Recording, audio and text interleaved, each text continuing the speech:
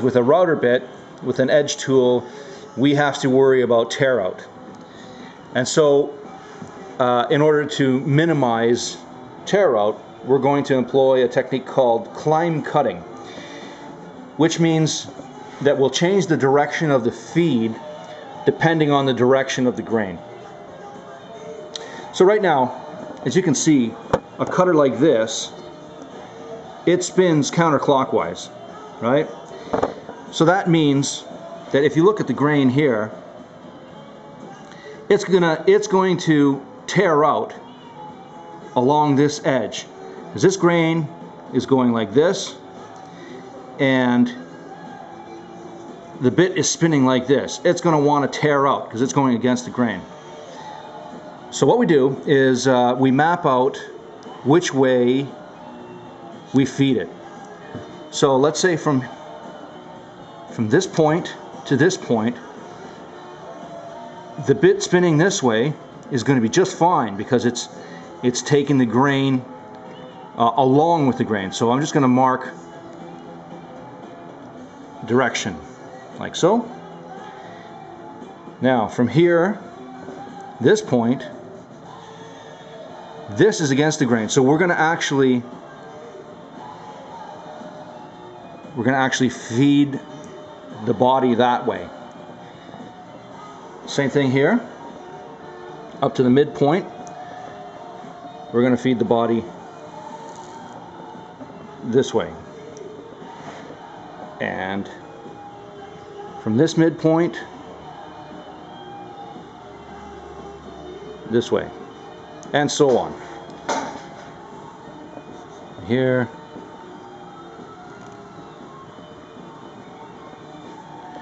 from this point here, from this point I'm going to go this way, that way, and so there's our total map. Now the one thing we need to do is to really support the piece when we're climb cutting, and that means feeding it this way, because it's going to want to tear it out of our hands.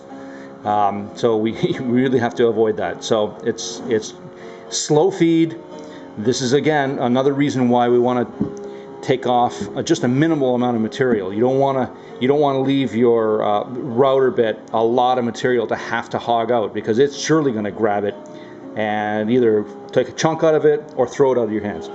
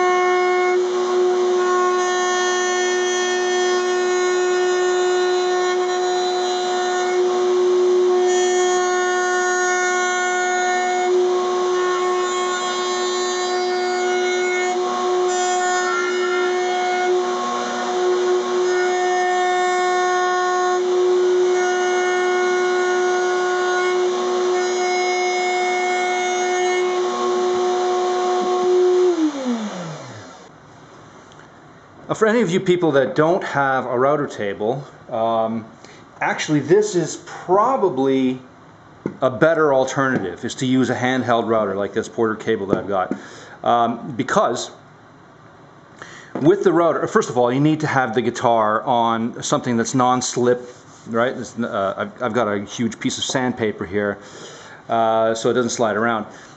But the thing is, with a handheld router like this, and I'm not talking about a little laminate trimmer, something with some heft to it, you can control the amount of kickback easier because you're holding on to this thing.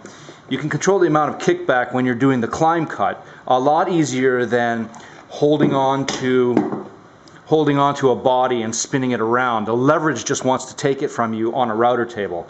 So unless you're really kind of experienced with the router table, this really is probably the better way to go.